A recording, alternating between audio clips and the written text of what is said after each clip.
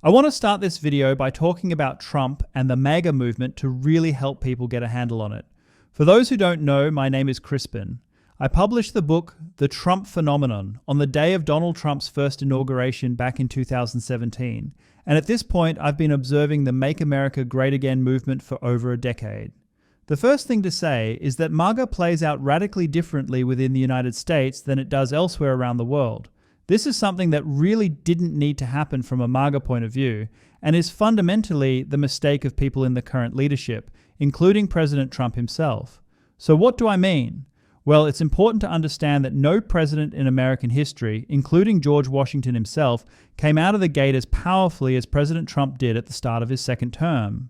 First, his electoral victory was absolutely crushing. He won all 7 swing states in the popular vote. The scale of this win left Democrats shell-shocked. It was not something they had anticipated or were psychologically prepared for. And the opposition to Trump and the Republicans was so demoralized in the wake of it that they really had no cause to rally around or rebuild. But even more importantly, Trump had not been idle during his 4 years in the political wilderness. Instead, he had nursed his grievances and reflected on the mistakes of his first term, especially in who he'd appointed to key positions and the machinery of government in the civil service that had worked so hard against him. An infrastructure had since built up around him, the America First Policy Institute, Project 2025 Turning Point USA. They were all carefully laying the groundwork for what amounted to a political blitzkrieg once President Trump was sworn in. Day one, Trump signed 26 executive orders and rescinded an additional 78 Biden-era actions. These included ending diversity, equity, and inclusion, or DEI, in the federal government, strengthening border control and deportation, enhancing executive control of the bureaucracy, enshrining an essentialist position of male and female genders, and protecting free speech in federally funded institutions. Across his first 100 days in office, Trump signed 143 new executive orders, smashing the previous record of 99 set by Franklin D. Roosevelt in 1933. Democrats, utterly defeated not only at the ballot box but also spiritually, did not have an effective response to any of this. And while all this was happening, Trump's most powerful ally, the richest man in the world, Elon Musk, controlled Twitter X, enabling MAGA supporters to project their message unhindered and effectively combat any media narrative preferred by traditional media outlets. So those are Trump and MAGA's main successes. Conversely, Trump and MAGA have thoroughly tanked the political currency of national populism abroad, and in a spectacularly short time frame, just at the moment where it appeared to be on the brink of global ascendancy. First, Trump called into question the sovereignty of both Canada and Greenland. In Canada, this offense utterly demolished Conservative Party leader Pierre Poilievre's 20-point poll lead, resulting in a crushing re-election victory for the Liberals and a political turnaround greater than just about any seen previously across the entire Western world. Then on Greenland, President Trump has all but said that he will forcibly annex it from the Kingdom of Denmark. This is a territory over which the United States cannot even pretend to hold any legitimate claim, has no legal or moral basis, and appears to the world exactly as it is, a bully trying to threaten a smaller friend, an ally with no just cause whatsoever. Unsurprisingly, Europe as a whole has rallied to support Denmark, with European leader after leader coming out to reaffirm Danish sovereignty, and with French President Emmanuel Macron even visiting personally in June.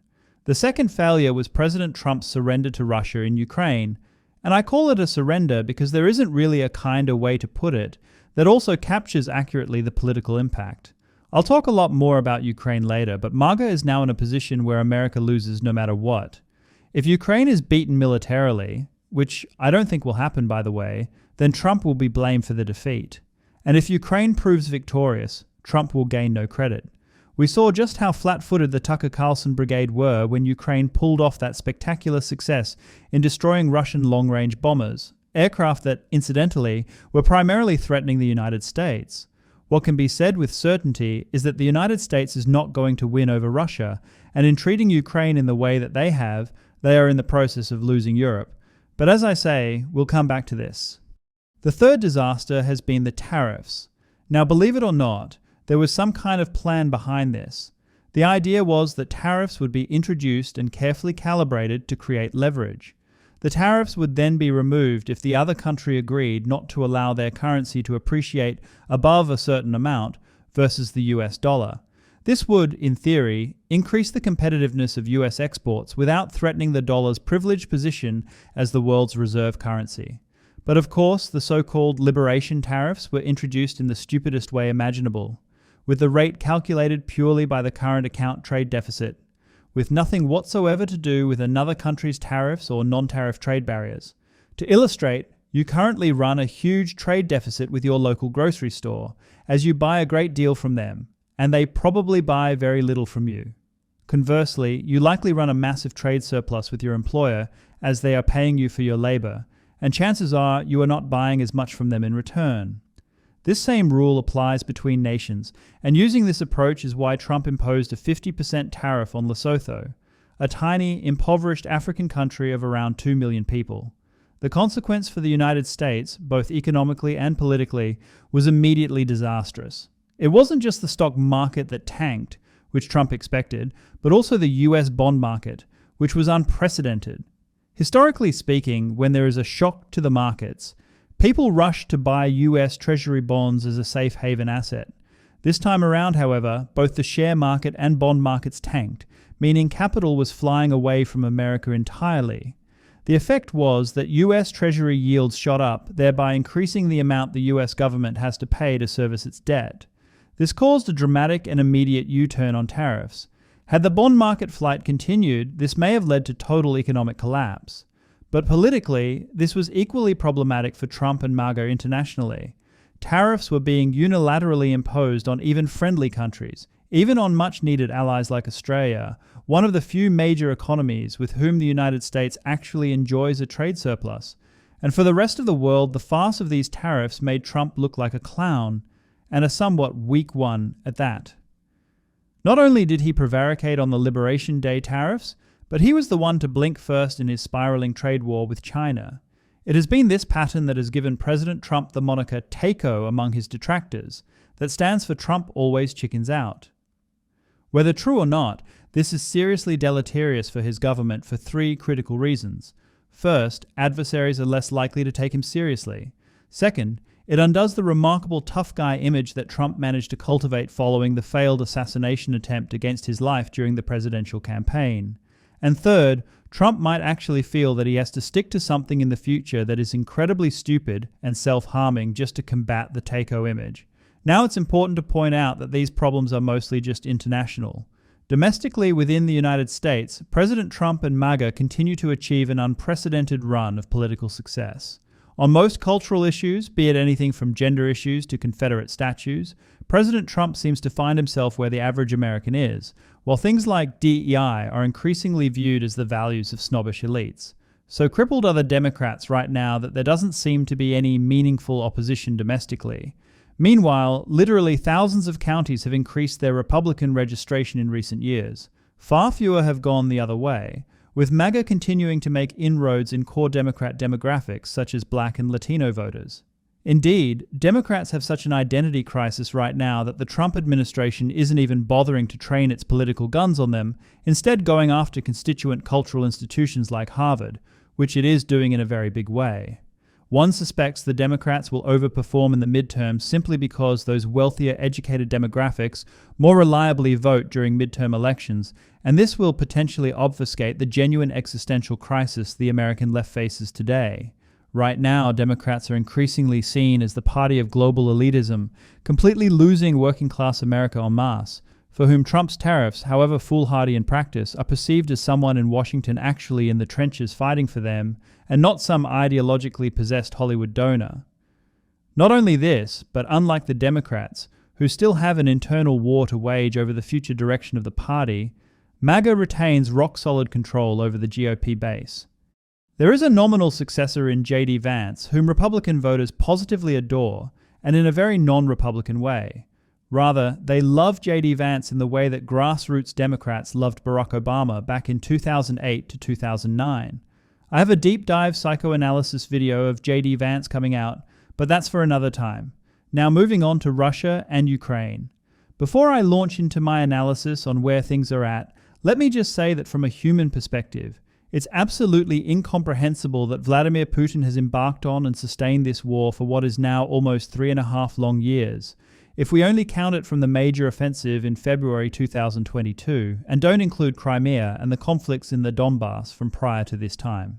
Russia has now incurred over 1 million casualties, killed and wounded.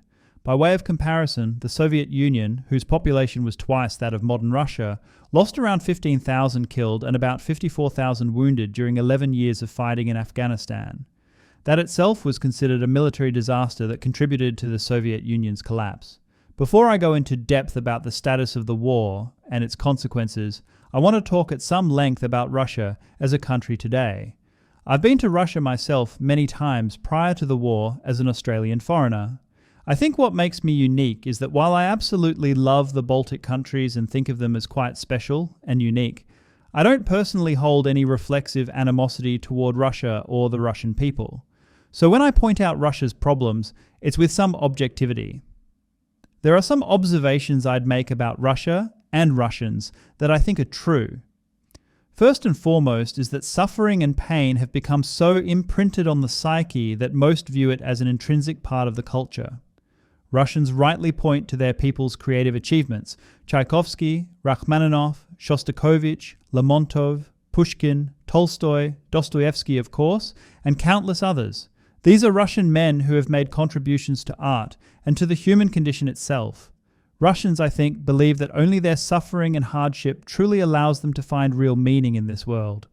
The idea that the best art is produced at the end of a vodka bottle in deep snow.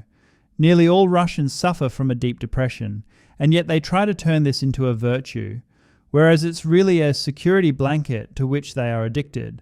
Pain is not the Russian enabler, it is their opiate. And even if, as an individual, they cannot play chess like a grandmaster or dance in the Bolshoi, the suffering they endure is still for the benefit of the state. After all, would the so-called Great Patriotic War even be such if the Soviets didn't lose 28 million people as part of it? This is something the average Russian projects onto their leadership. To the average Russian, the leader should be autocratic, centralized, and above all, strong. Almost any transgression, corruption, violence, aggression, depravity is forgivable. The only truly cardinal sin is weakness. Indeed, many characteristics that we would consider disqualifying in our own leaders may even be deemed to be positive if that trait contributes to a fearsome reputation. In this way, we should not expect Russian losses in Ukraine to contribute to any kind of political instability at home. Indeed, the opposite is true. Putin will continue to enjoy the support of Russia's mafia apparatus for as long as he throws people into the meat grinder. This is radically different from us in the West, where political leaders who incur military losses out of proportion to the strategic interests being pursued will suffer major consequences. Instead, in Russia, it is not military success that enhances Putin's authority. That's merely a nice to have. No, it's Putin's willingness to unflinchingly and resolutely continue, despite the mounting costs that inspires loyalty at home. Now, I would say that the Russians are wrong on just about every count. Depth of soul is not proportionate to the pain they've experienced, and one need not live a miserable life to create great art or contribute great insights. Nor does Russia need leaders who are, quote-unquote, strong, even if they're corrupt. Rather, they only need those leaders when the system itself is corrupt. And because Russians have never had it good, they do not believe that life can be any other way, or at least not if they are still going to be Russian. All that said, that really only holds true for Russia's provinces, and the Kremlin knows this. Tolerance for casualties in affluent major cities will be much lower, and the closer you get to the center of power, the riskier unrest becomes. For this reason, the casualty figures don't tell the full story. Of Russia's losses in the war, only around 70% have been ethnic Russians. The vast majority are not from either Moscow or St. Petersburg. For example, casualties from Moscow are roughly 1 in 23,000, while casualties for those from Tuva and Buryatia run at 1 in 570 and 1 in 587,680 respectively. Recruits are raised from prisons and the poorest rural areas, with volunteers receiving massive sign-up bonuses and earning around 5 times the average local salary. So given that so many recruits are from underdeveloped areas or even from prisons, this gives rise to the question, are the claims being made about manpower shortages in the Russian economy overstated? Well, here the situation in Russia started mixed but is now getting serious. While it is true that many of the recruits are being drawn from less productive areas of the economy, around 600,000 people are now working in areas directly supporting Russia's military effort, and another million or so have left Russia to escape sanctions. This means that other industries must compete with a dwindling share of workers, causing wage spirals and inflation. The other problem is that the biggest customer in the Russian economy is now the government. You see, the single biggest reason why Russia's economy has outperformed expectations despite sanctions is the economic stimulus of military spending, and this indicates a serious limitation of GDP as a unit of economic measurement. If you conduct basically any economic activity, that will generate growth that is measured in overall GDP statistics. So, for instance, if you build a bridge that connects two hubs across a body of water, you have just generated GDP. In this case, you have also created a productive asset, since people and goods will be able to transport across that bridge to conduct even more activity. In China, for example, provincial governors have been evaluated based on the total economic output of their respective region, meaning that they are heavily incentivized to boost GDP figures no matter what. This is what has led to mass malinvestment, as almost any infrastructure project was approved no matter how irrelevant or impossible to maintain it might be. This is what caused ghost cities to spring up that no one lives in, and led infamously to the spectacular housing bubble that has collapsed China's real estate market. So in a sense, one can generate GDP incredibly easily. Just build a structure, then blow it up, and rebuild it again. And in a way, this is exactly what has been happening with Russia. They've been building tanks just to get them blown up in Ukraine. Not only does this do nothing to invest in future productivity like a school, data center, or mining survey, but over time it actually strangles the rest of the economy, because everything else gets more expensive.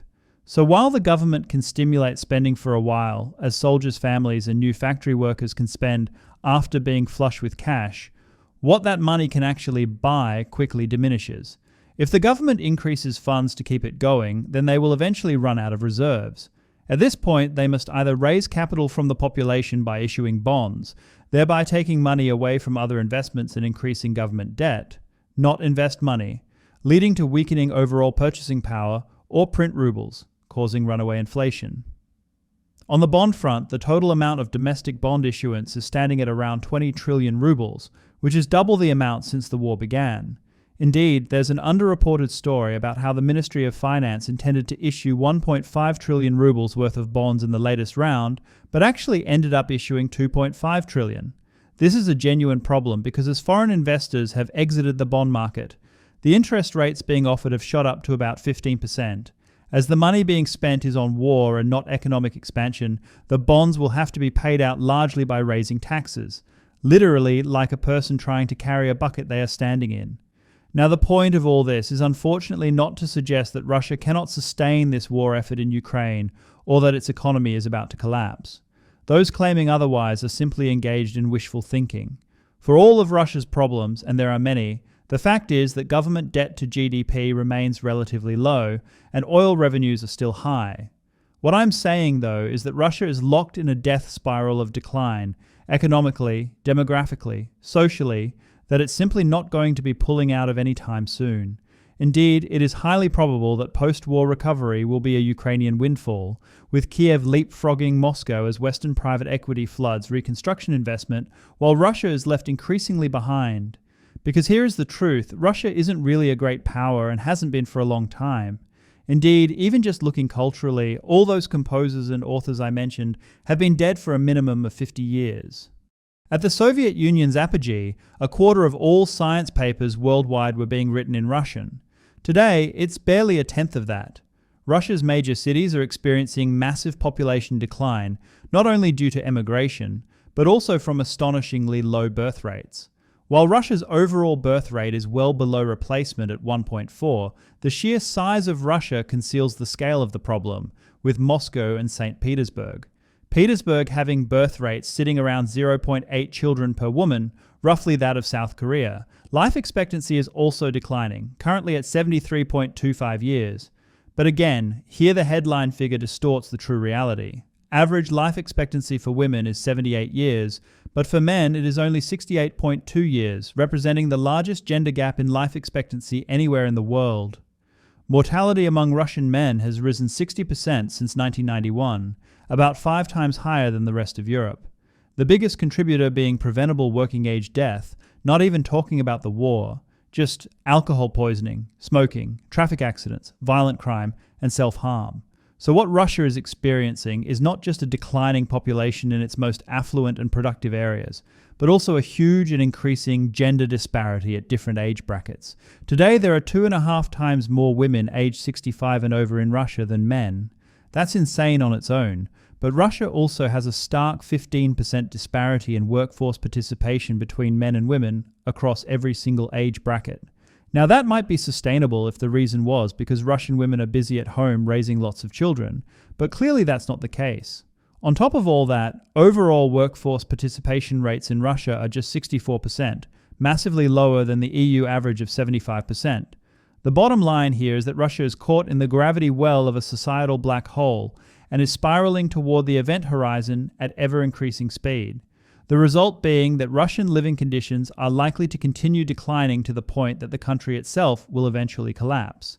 But again, not before the war ends, so let's talk about this conflict. If we look at this war from a grand strategic perspective, Russia has already lost this war.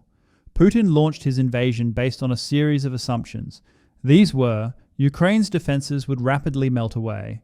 A significant portion of Ukraine's population would welcome Russian forces as liberators. The Zelensky government would collapse. Sanctions on Russia would be capped. European countries such as Germany would continue to depend on Russian gas. 3.5 years on, every single one of these assumptions has proven totally false. The sanctions on Russia have been unprecedented. Ukraine's population rallied around Zelensky. Ukrainian forces enjoyed spectacular early successes. Nord Stream 2 blew up, and nearly every European country, Australia, Japan, and of course the United States, poured money and weapons into Ukraine to secure its defense. Russia's war aims of installing a friendly Ukrainian regime and rewriting the Ukrainian constitution have disappeared. Its victory conditions have been consistently wound back and now stand as the ceding of some territory in the country's east and pledges of Ukrainian neutrality, and it's highly unlikely to get even this. Meanwhile, far from rolling back NATO, Sweden and Finland have both joined, doubling Russia's border with the alliance, and instead of European dependence, Russia is now a Western pariah, left utterly dependent on China and India for its economic survival and continued strategic relevance. And instead of Ukraine being defeated militarily, Russia's strategic bombers are blowing up as far away as Siberia and Murmansk, and its Black Sea fleet is locked in port, unable to sail. The one thing that Russia has been banking on for a favorable settlement is Western war fatigue. Donald Trump was elected on a platform of getting America out of foreign wars. Trump clearly wants Ukraine to settle and to normalize relations with Russia. And this thinking is something I want to go into a little bit. To be fair to Trump and MAGA, Democrat attacks about Putin throughout Trump's entire first term were always false and frankly absurd on their face. A 3-year Mueller investigation turned up less than nothing. Meanwhile, the same people accusing Trump of being a Russian asset were the very same as those who testified the Hunter Biden laptop story was fake disinformation from the Kremlin. So in some respects, Trump's resentments here are understandable, and part of his genial policy toward Russia is done purely from spite. The other instinct Trump is following is his inherent distrust of forever enemies in the American intelligence system and military-industrial complex. That is, the Cold War was over, at least officially, and therefore why not improve relations with Russia, if at all possible, and work together on areas of common interest. Now the strategic rationale behind improving America's bilateral relations with Russia from the America First perspective is that Washington's primary strategic rival in the 21st century is China. And when it comes to the hierarchy of US strategic interests, it runs Asia, where most global growth will occur in coming decades, followed by the Middle East, which remains a significant energy supplier, with Europe of distant tertiary significance. That is, while the United States maintains tens of thousands of troops, planes, tanks, and materiel in Europe, the real military capabilities needed for a contingency with China, submarines, long-range bombers, missiles, and drones, are being neglected. Underpinning this from a grand strategy point of view is the idea of pulling a reverse Nixon. This refers to what was America's greatest diplomatic coup in the latter half of the 20th century, namely the coaxing of Mao's China away from the Soviet Union. The history goes that after Stalin's death in 1953, Mao Zedong steadily had a falling out with the Soviet Union. Things got so bad between them that China and the Soviet Union even fought a border war in 1969. Taking advantage of this discord, US Secretary of State Henry Kissinger undertook a series of clandestine visits to China, paving the way for President Nixon to visit Beijing and normalize relations as part of a grand bargain. The deal was that the US would recognize the People's Republic of China and move its embassy from Taipei to Beijing, and in return, China would allow the US Navy uncontested supremacy. This permanently tilted the balance of power in the Asia-Pacific region firmly in America's favor, and underpinned the 5-decade geopolitical stability that enabled the Asian economic miracle to occur. The reverse Nixon is the idea that today in 2025, China is the main threat, and that Russians, being ethnocentric, would prefer deep down to be part of a victorious West than a China slave in some neo-Mongol yoke. And while this makes some intuitive sense in a vacuum, it fails spectacularly when any hard analysis is applied. First, the original Kissinger-Nixon maneuver followed a decade and a half of ever-worsening bilateral friction between the two communist giants. In a sense, America just exploited something that was already broken. By contrast, today bilateral relations between Russia and China have never been stronger, and thus there is no predisposition in Moscow toward making such a break. Second, this idea ignores the current geopolitical axis. Namely, Russia isn't wholly independent. After all, North Korean troops have been deployed to Ukraine, and in January, Iran and Russia signed a military cooperation agreement ratified by the Duma just a few weeks before Israel's attack on Tehran. It's self-evident that if the United States finds itself embroiled in a military showdown with China over Taiwan, Russia will seize the opportunity to attack NATO by invading the Baltic countries. Indeed, China would want this to happen in order to split America's attention and force Washington to become overstretched. Iran, of course, plays into this equation, which I'll explain more in the next segment, but unfortunately for these leaders for life, Iran is currently in the process of being removed from the chessboard. And the third reason the reverse Nixon is going to spectacularly fail is that there is another player in all this, Europe. MAGA's abandonment of Ukraine and sympathy with Putin has already cost European populists dearly in their electoral prospects. Just as Trump has sought to put pressure on Zelensky to settle with Moscow, Europe has stepped up to keep Ukraine in the fight. This has left Trump naked and humiliated in two respects. First, it shows America is not indispensable, and far from his boast, everyone can see that the Europeans are not crawling over themselves to curry favor with this president. Second, it means that Russian defeats are now also Trump defeats. Since the White House blow-up, where Trump and Vance kept going on about Zelensky not holding any cards, Ukraine pulled off a spectacular raid deep inside Russian borders that cheaply caused billions of dollars worth of destruction in major Russian military assets. Demonization of Zelensky has fallen flat outside the MAGA echo chamber, and as the world celebrated Ukraine's achievement, those in the White House were left looking like sulking surrender monkeys. This is proving utterly cancerous for Trump's image, even among the more traditional Republicans, let alone Europe. So it would have been one thing if Trump had simply taken a more Colby-esque line that Ukraine was not a core strategic interest of the United States, and therefore Europe would need to take the lion's share of the burden. People would have still been upset, but at least that would have been an inoffensively coherent policy position. But in attempting to denigrate Zelensky while being visibly soft on Putin, all this White House has achieved is undermining American prestige and weakening its influence abroad. Now, there is a chance this could all change. The most vociferously ideological MAGA voices in Trump's inner circle are the ones that have also been making the most mistakes. This is true on trade, where the rate of the Liberation Day tariffs were pushed by people like Peter Navarro, and on Putin by figures like Tulsi Gabbard. There are early signs that Trump is beginning to modify his views of military force, moving from something that is never to be employed under any circumstances unless directly attacked, to one where it is appropriate when American interests are at stake.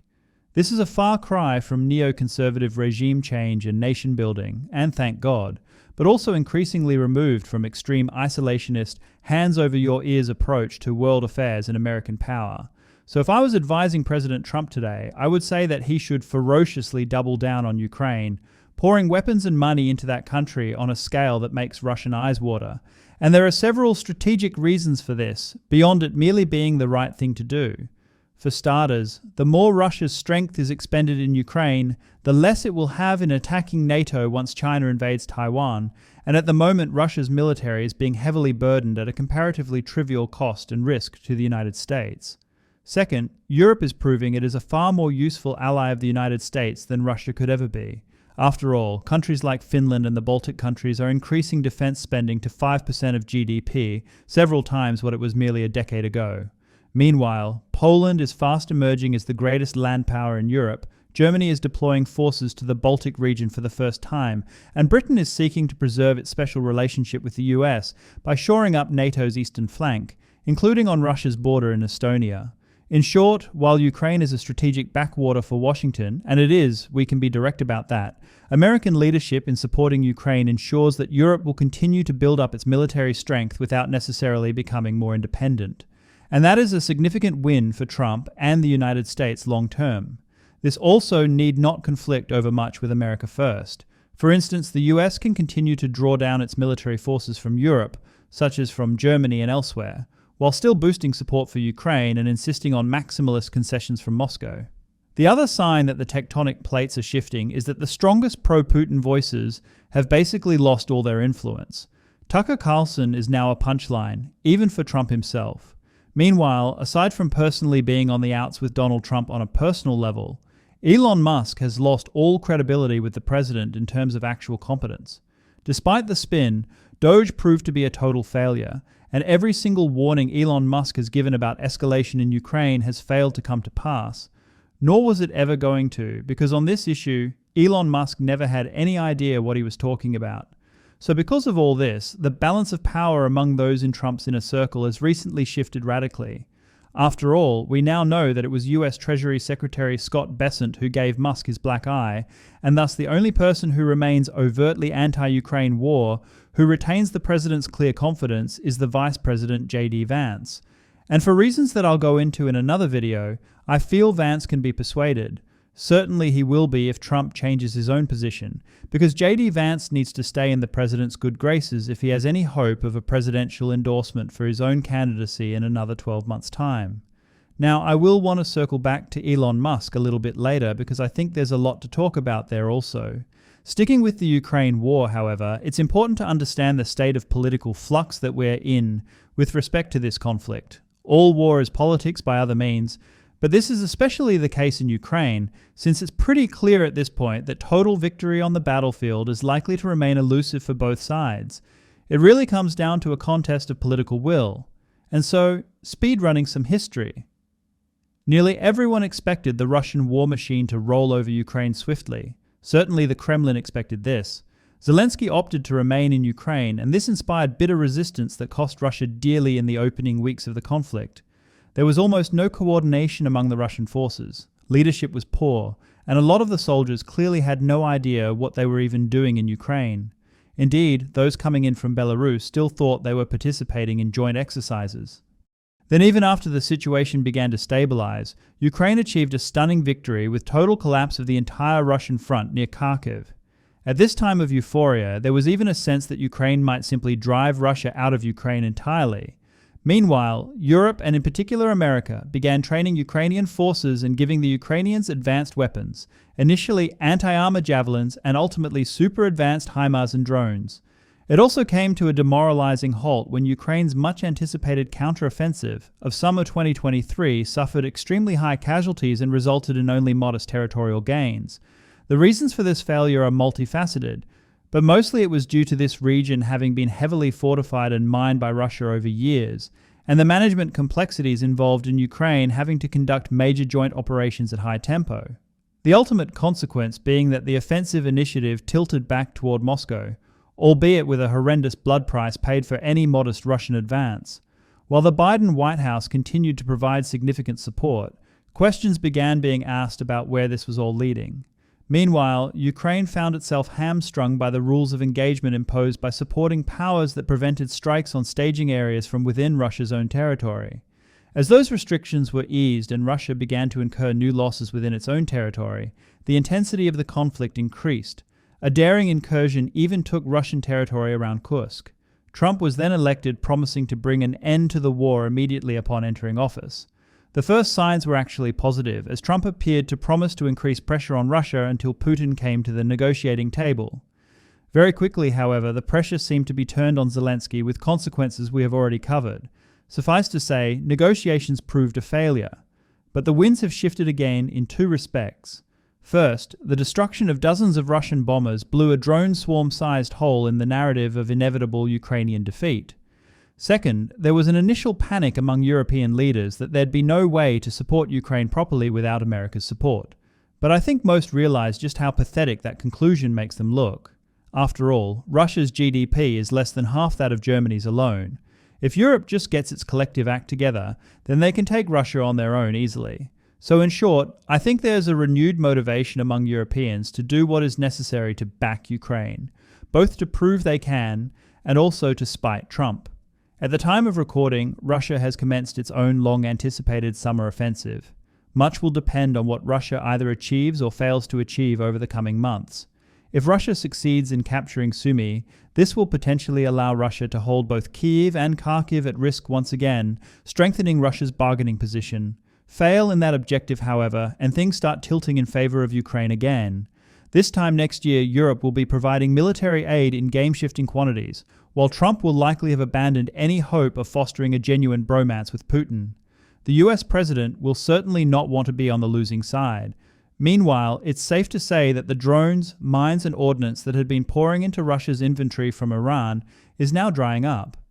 This being a permanent supply shift, while the boost to oil prices caused by Israel's attack is likely only temporary.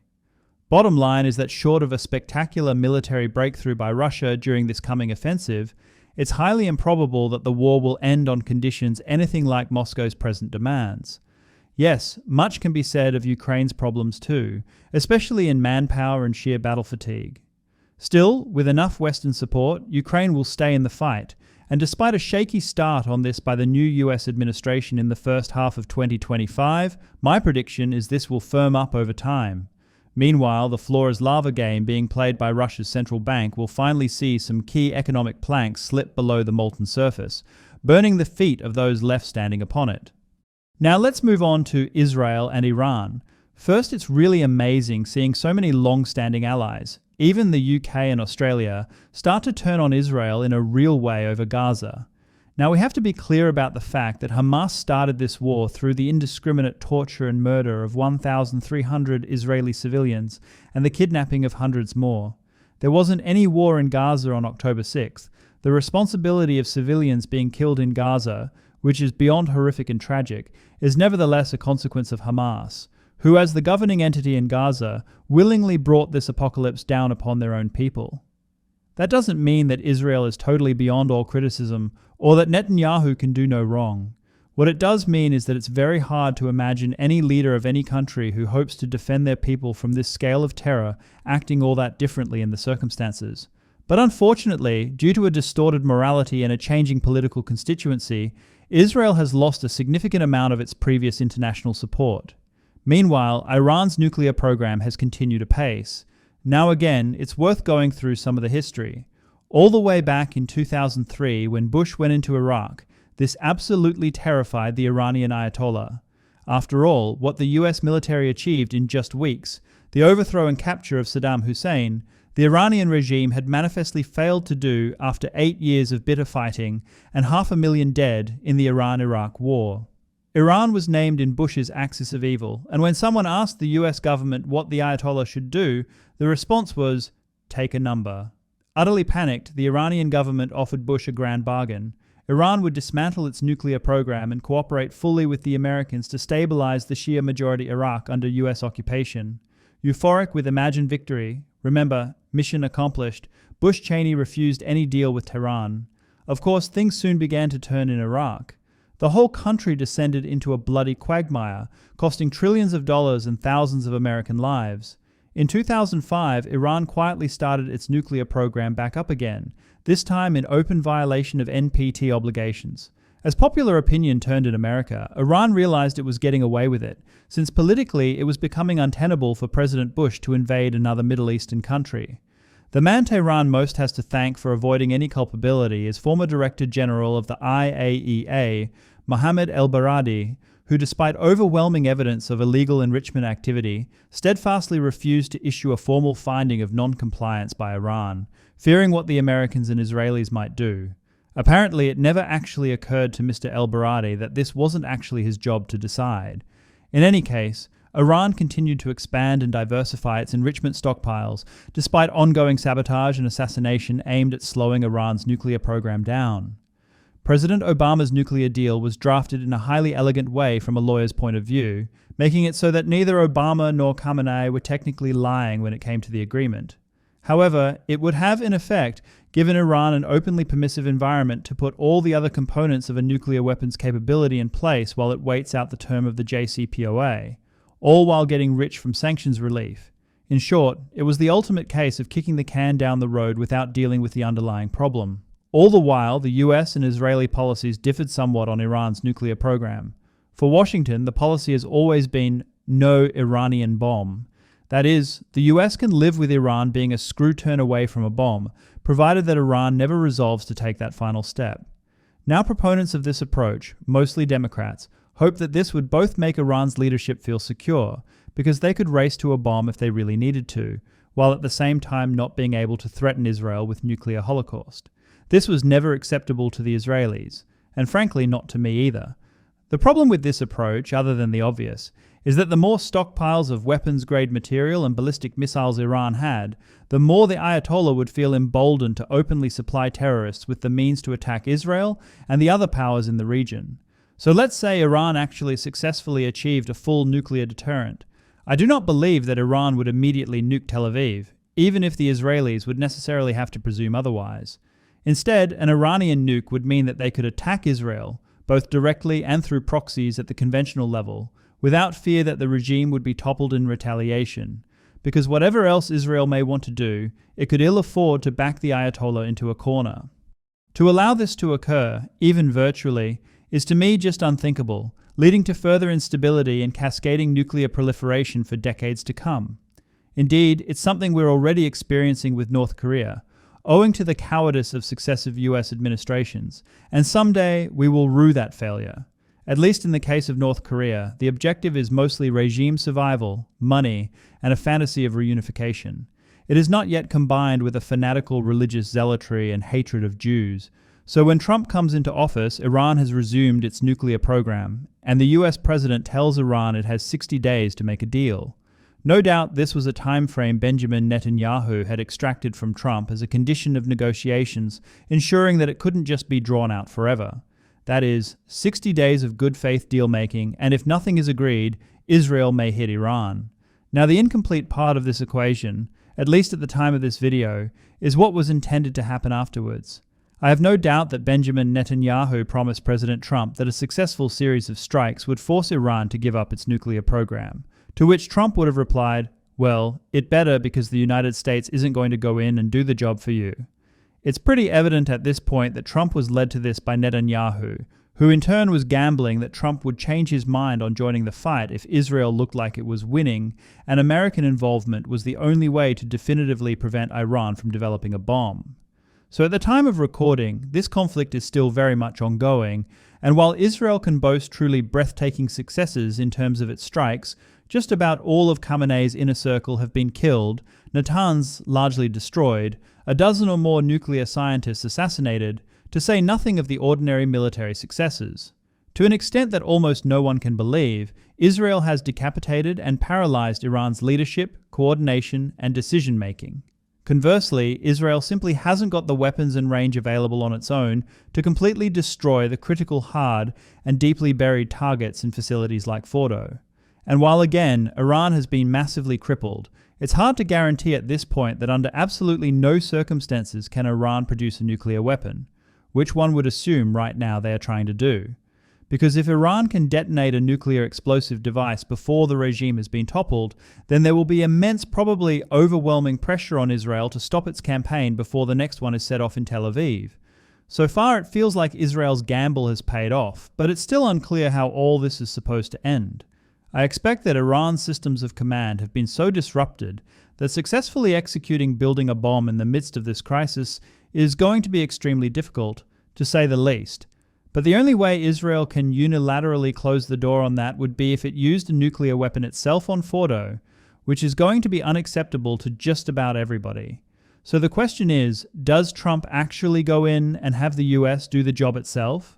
Trump has been swinging from cavalier aggression to isolationist caution, and he's bought himself 2 weeks at the time of this recording to slow his psychological yo-yo. One thing I do want to stress quickly, though, is just how close Iran really is now to a nuclear bomb.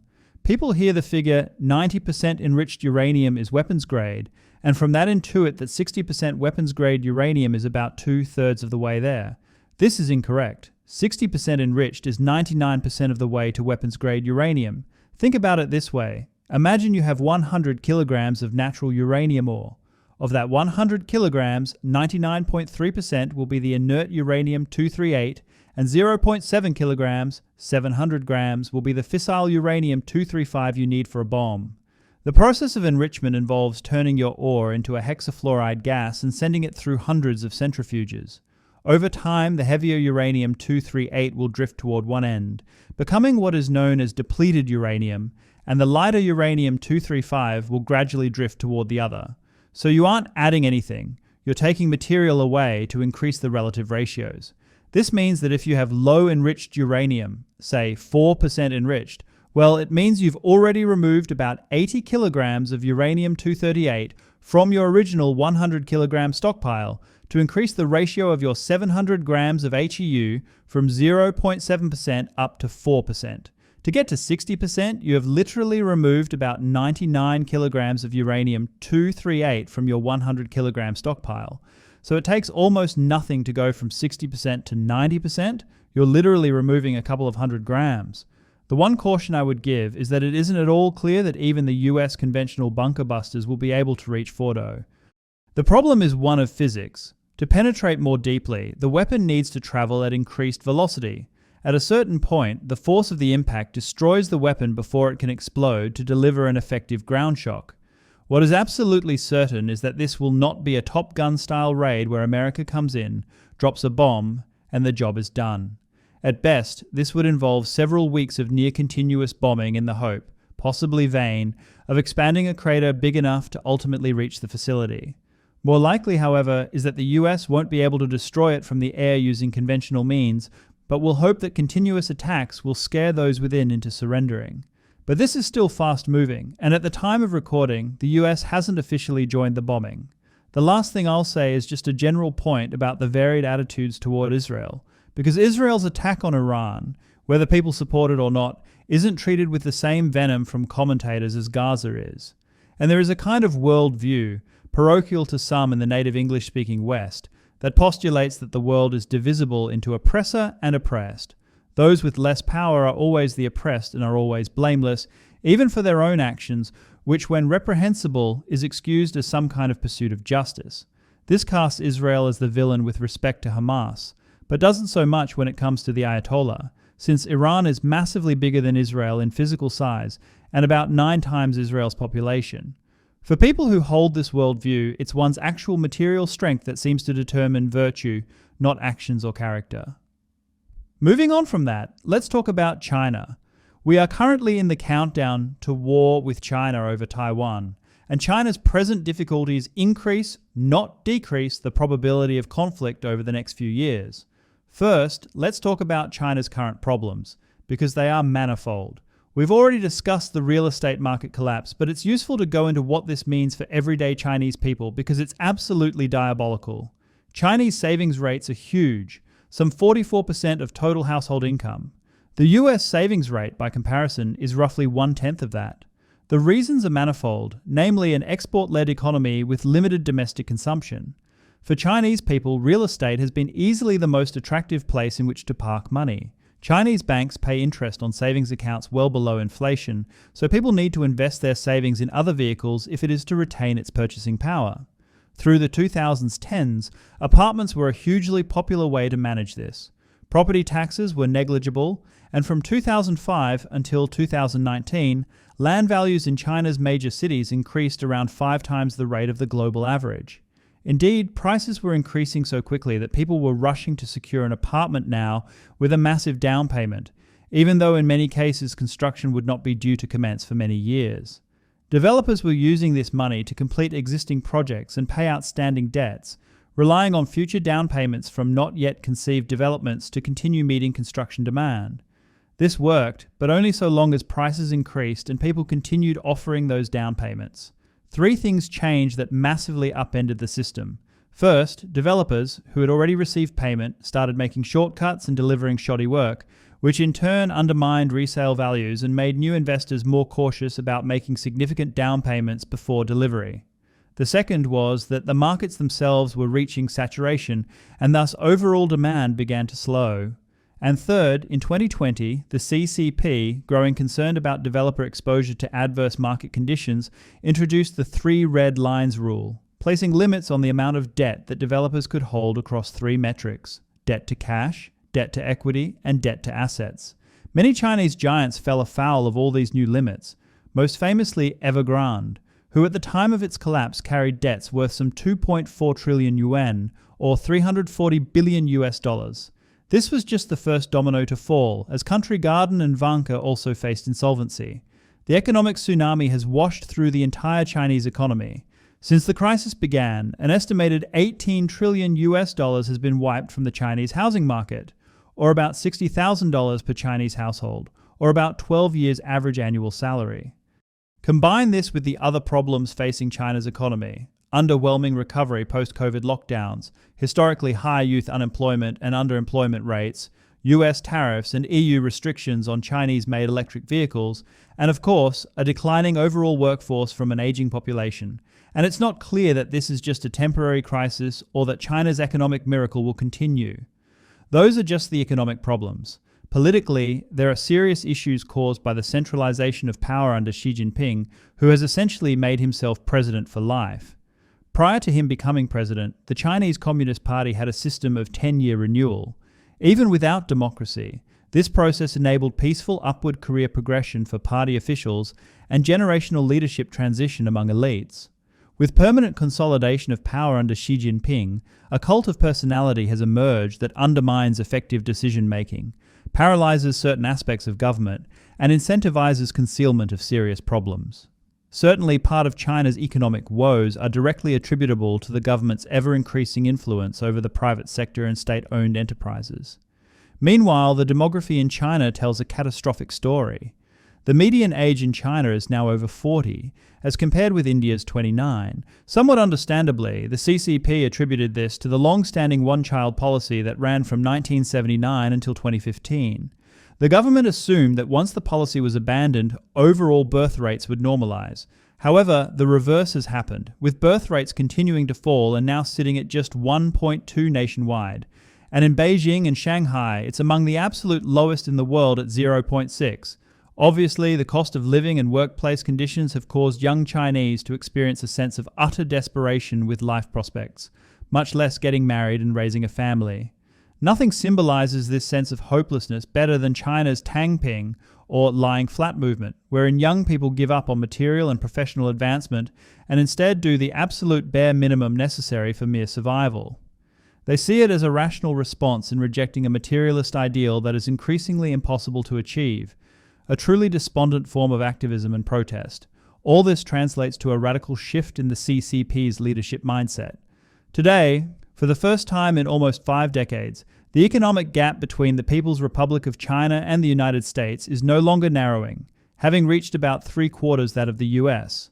Until now, the PRC has sought to cap the level of confrontation with Washington simply because Beijing felt time was on its side. All China had to do was wait it out. They would eclipse the United States economically and then leave Washington behind. As this is no longer the case, China now faces the very real prospect that its strength relative to the United States will never be greater than it is now. So, much like an individual living in a country with very high inflation who spends all their money quickly, while their money still retains its value, the Chinese government now likely feels that it must make a move on Taiwan soon, in the next couple of years, otherwise the window may close on this for good. Other incentives point to aggression. First, until now the CCP's legitimacy has largely rested on delivering increased living standards for the Chinese people. If it is no longer able to achieve this consistently, then it must find a justification that the Chinese population will accept, and no excuse is better than the need to make sacrifices for the sake of overcoming the so-called century of humiliation and restoring the perceived historical borders of the Chinese state. Moreover, at 72, Xi Jinping is the same age as Vladimir Putin, and no doubt sees himself as the great man of history who will restore Greater China, just as Putin sees himself as restoring Greater Russia. But this is an impossible claim to sustain, so long as there is a defiant Chinese-speaking democracy of some 24 million people sitting just 130 kilometers off the coastline. Taiwan's existence as an independent quasi-state is a perpetual reminder of Xi Jinping's continued inability to justify his mandate of heaven. As such, while China is still a bit behind the United States in some key areas, it may never get a better chance at reunification than it has now. Chinese military planners are no doubt basing this gamble on a combination of China's asymmetric determination. Taiwan matters more to Beijing than it does to Washington, and the fact that America is spread thinly all around the world, while Chinese military procurement over the past 2 decades has been laser-focused on achieving this singular overriding military goal. Given that Xi Jinping will ultimately pass on anyway, and there is no clear succession in place, it's difficult to imagine him accepting any advice that conquest of Taiwan is impossible. Even a slim chance of success is probably going to be motivation enough if waiting longer offers no further relative gain. Now ultimately, all this comes down to the decision of just one man, Xi Jinping. However, since coming to power, President Xi has overseen the largest military build-up seen anywhere on Earth since at least the Second World War, so you can draw your own conclusions. The final topic I want to discuss today is that of social cohesion in Europe, especially but not exclusively the Republic of Ireland and the United Kingdom. Presently, 2 separate but related forces are causing a foundational breakdown of basic social cohesion. Indeed, Professor of War Studies David Betts of King's College London has just published an extremely provocative article titled "Civil War Comes to the West," where he argues that there is now an extremely high probability that one or more Western countries will descend into civil war. He draws heavily on Britain as a case study because of where he is based. Now I have read his paper, published in Military Strategy magazine, in its entirety. Some of the underlying metrics he lays out are impossible to really contest. Declining rates of social trust, falling confidence in government and institutions, iconoclasm against culturally significant symbols, increased political polarization. All of these are evident for any native English speaker who hasn't been living under a rock. The case that Professor Betts makes is that a conflict is brewing across 2 main vectors. One is ethnic, where an established group develops a real fear of being eclipsed or replaced as the social majority. That's pretty easy to understand. As Europe has experienced an incredible amount of net mass immigration from places with very different cultural norms, faiths, and traditions, the existing native population reacts to a fear of displacement. And the second is between the mass population and their own elites, wherein the values espoused by urban insiders are increasingly divorced from that of the general population. Specifically, the post-national view of many cosmopolitan liberals who believe the nation-state itself to be outdated in the global system. One hallmark symptom is the issue of immigration and national borders. While many European elites view human beings as fungible blank slate units of labor capital, the large general populace consider cultural norms to be a downstream product of one's ancestors and therefore specific to place. Therefore, to import millions of people from other places is to fundamentally change the character of the place in which you live. Not, as cosmopolitan elites believe, making the people who arrive assimilate into the existing dominant culture, but rather to make the place to which they migrate appear both in aesthetic and custom more and more like the place they just left, to the deepening resentment of the pre-existing native populations.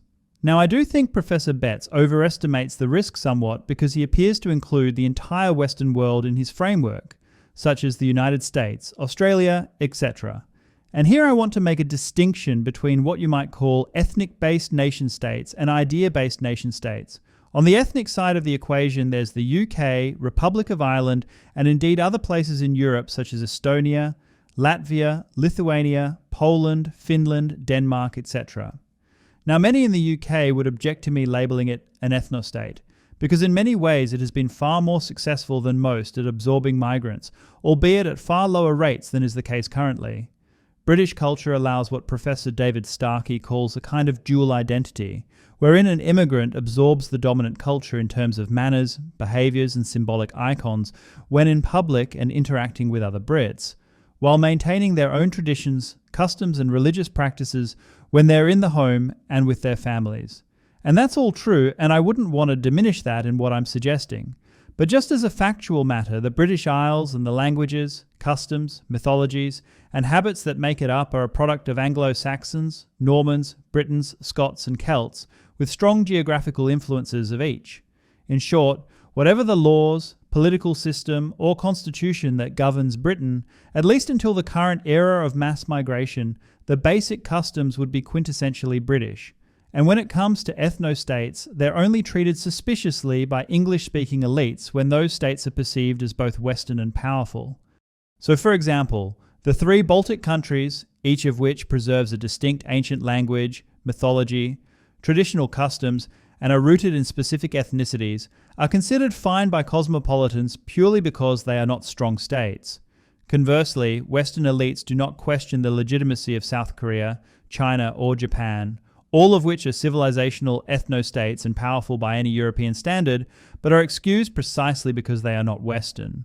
But this is not deemed similarly acceptable by a Western elite who perceives their own civilization as singularly evil and destructive, where in any ethno-civilization that crosses an invisible threshold of national strength must necessarily become Nazi Germany. And again, we can look at Israel as a country that has crossed this imaginary line in the mind of the cosmopolitan liberal. That is, Israel is certainly a Jewish ethnostate and generally Western, but for most of its history was perceived as being small and vulnerable, surrounded by hostile Arab neighbors.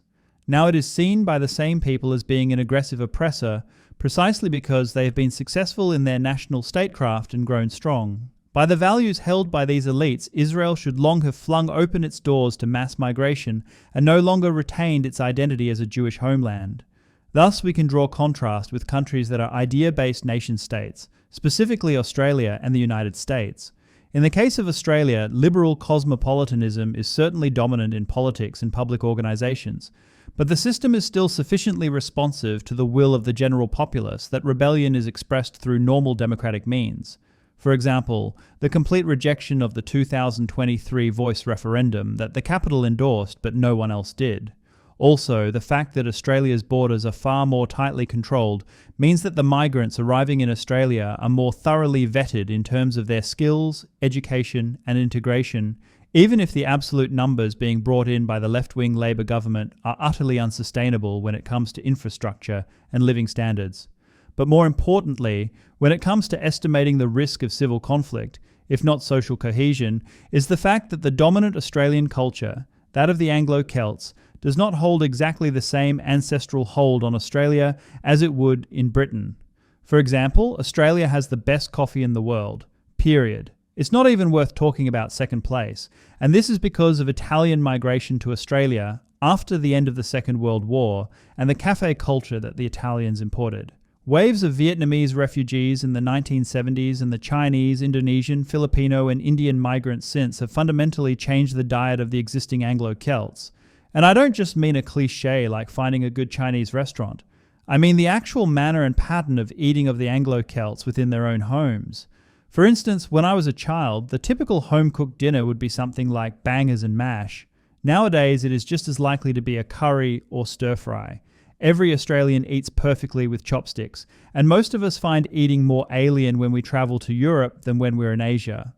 The point is, the dominant culture has more slack in it to adapt and absorb new customs because doing so does not mean losing who we are, our national identity, or ancestral heritage.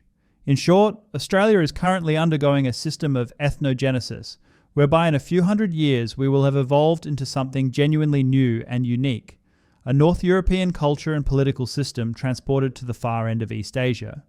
Of course, the rate of migration that is imposed by cosmopolitan politicians is such that the system might well collapse anyway as houses become unaffordable and infrastructure unusable, but it's unlikely to be from civil conflict.